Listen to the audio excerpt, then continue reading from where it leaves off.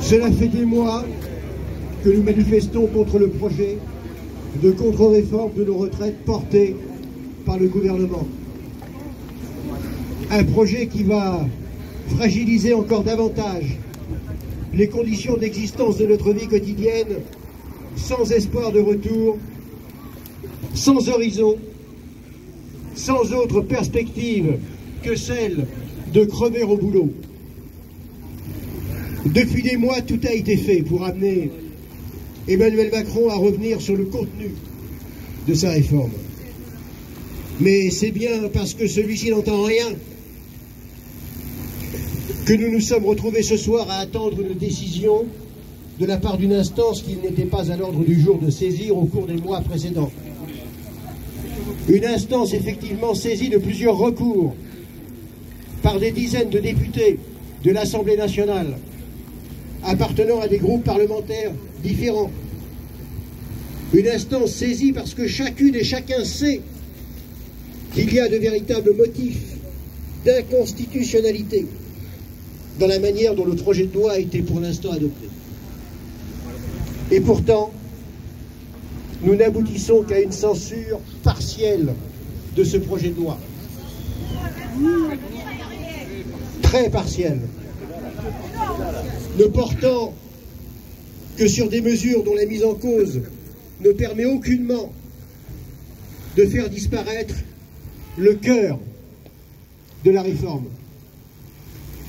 Désormais, il semblerait que, peu importe l'ampleur sociétale d'un texte de loi,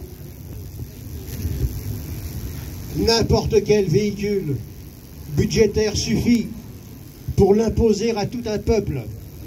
Ça ou autre chose, tout au même niveau, celui de la seule gestion comptable de nos vies. Que les parlementaires n'aient pas eu voix au chapitre concernant les enjeux macroéconomiques du projet, que certains de leurs amendements aient été éliminés de manière douteuse, que les procédures comme l'article 47.1 aient été utilisées pour museler les débats, tout cela ne semble pas avoir perturbé les sages du Conseil.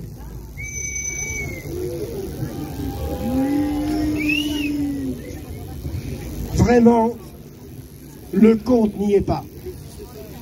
C'est le cœur du texte qu'il s'agit de faire disparaître. Non aux 64 ans, non aux 43 annuités et à tout ce cortège de dispositions qui feront de la plupart d'entre nous, et notamment les femmes, les perdants sans retour d'une réforme brutale.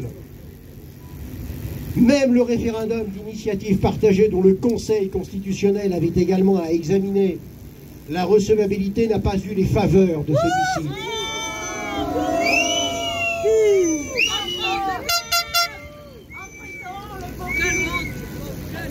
Qu'est-ce qui a retenu les sages du Conseil? Le nombre de signatures citoyennes nécessaires au déclenchement du processus référendaire.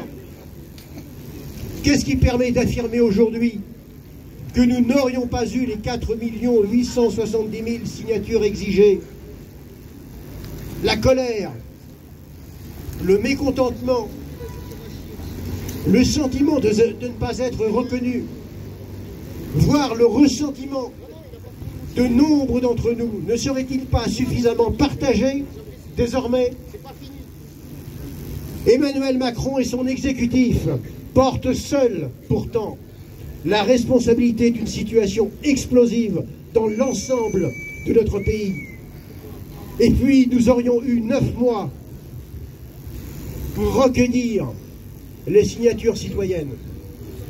Ensuite, la voie aurait été ouverte pour un référendum, rétablissant ainsi le principe d'une expression publique, d'une parole publique, celle précisément que les manœuvres politiciennes de Macron et sa clique ont tenté de faire disparaître.